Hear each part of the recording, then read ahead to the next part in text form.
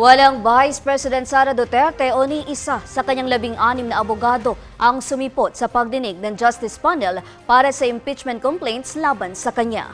Ang buong detalye tinutukan ni Judea Bernardo. No-show si Vice President Sara Duterte sa unang araw ng mini-hearing ng House Committee on Justice ngayong Miyerkules, kaugnay ng impeachment complaints laban sa kanya. Biguring dumalo ang ni isa sa 16 nitong abogado upang hayagan sanang depensahan ang panig ng bise. Bagaman hindi dumalo si Duterte, sunod-sunod namang binigyan ng basbas ng House Justice Panel ang pagpapasabina at reproduction ng mga dokumento, records at ilang personalidad na kailangang tumestigo sa mga susunod na pagdinig ng komite. Kabilang dito ang self-proclaimed bagman ni Vice President Sara na si Ramil Madriaga upang tumestigo sa impeachment proceedings kasama ang paglalabas ng iba pa nitong hawak na ebidensya.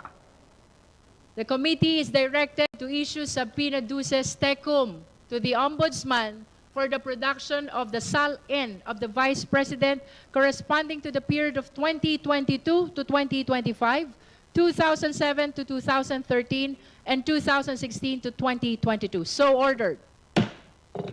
The committee is directed to issue the necessary subpoena duces tecum and subpoena ad testificandum to Attorney Gloria A. Camora, and with respect as well to the production of pertinent documents on confidential fund of both the DepEd and the Office of the Vice President in 2022 and 2023.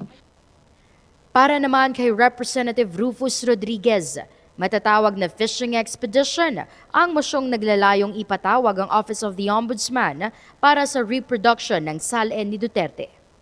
We cannot have two motions being proposed at the same time. Practically, there should be two motions. The first motion are the NBI findings. The second is the SAL-N.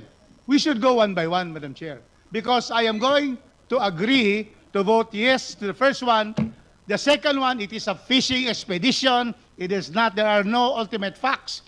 Kabilang din sa subject ng subpoena duces tecum ad testificandum ay ang records at video ng National Bureau of Investigation kaugnay sa investigasyon ng umanong pagbabanta ni VP sa buhay ng Pangulo.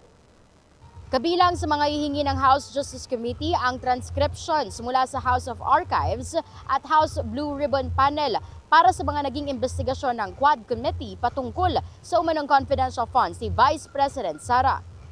Itutuloy naman ang susunod na pagdinig sa April 14 kung saan sinabi mismo ni Chairperson Luistro na dadalo at tetestigo ang self-confessed bagman ni VP Sara na si Ramil Madriaga.